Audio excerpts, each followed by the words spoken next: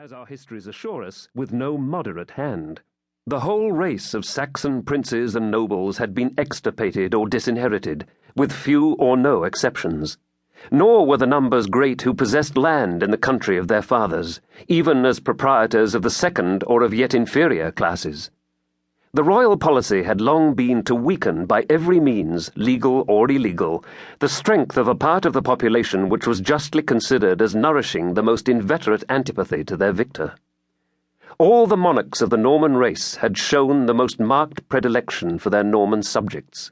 The laws of the chase, and many others, equally unknown to the milder and more free spirit of the Saxon constitution, had been fixed upon the necks of the subjugated inhabitants to add weight, as it were, to the feudal chains with which they were loaded.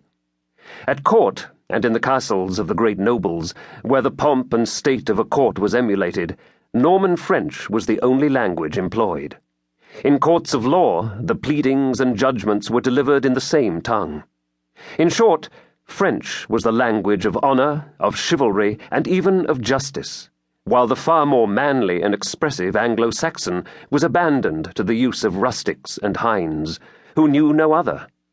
Still, however, the necessary intercourse between the lords of the soil and those oppressed inferior beings by whom that soil was cultivated occasioned the gradual formation of a dialect compounded betwixt the French and the Anglo-Saxon, in which they could render themselves mutually intelligible to each other. And from this necessity arose by degrees the structure of our present English language, in which the speech of the victors and the vanquished have been so happily blended together, and which has since been so richly improved by importations from the classical languages and from those spoken by the southern nations of Europe. This state of things I have thought it necessary to premise for the information of the general reader, who might be apt to forget that, although no great historical events, such as war or insurrection, mark the existence of the Anglo-Saxons as a separate people subsequent to the reign of William II, yet the great national distinctions betwixt them and their conquerors, the recollection of what they had formerly been, and to what they were now reduced, continued down to the reign of Edward III to keep open the wounds which the conquest had inflicted, and to maintain a line of separation betwixt the descendants of the victor Normans and the vanquished Saxons.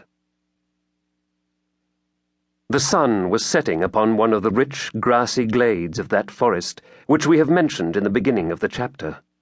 Hundreds of broad-headed, short-stemmed, wide-branched oaks, which had witnessed perhaps the stately march of the Roman soldiery, flung their gnarled arms over a thick carpet of the most delicious green sward. In some places they were intermingled with beeches, hollies, and copsewood of various descriptions, so closely as totally to intercept the level beams of the sinking sun. In others they receded from each other, forming those long, sweeping vistas, in the intricacy of which the eye delights to lose itself, while imagination considers them as the paths to yet wilder scenes of sylvan solitude.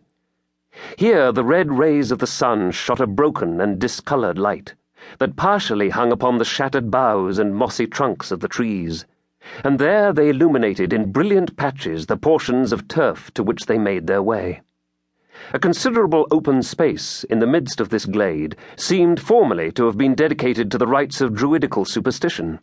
for on the summit of a hillock, so regular as to seem artificial, there still remained part of a circle of rough, unhewn stones of large dimensions. 7 stood upright. The rest had been dislodged from their places, probably by the zeal of some convert to Christianity, and lay, some prostrate near their former site, and others on the side of the hill. 1 large stone only had found its way to the bottom, and in stopping the course of a small brook, which glided smoothly round the foot of the eminence, gave, by its opposition, a feeble voice of murmur to the placid and elsewhere silent streamlet. The human figures which completed this landscape were in number 2, partaking in their dress and appearance of that wild and rustic character which belonged to the woodlands of the West Riding of Yorkshire at that early period. The eldest of these men had a stern, savage, and wild aspect. His garment was of the simplest form imaginable, being a close jacket with sleeves, composed of the tanned skin of some animal, on which the hair had been originally left, but which had been worn off in so many places that it would have been difficult to distinguish from the patches that remained.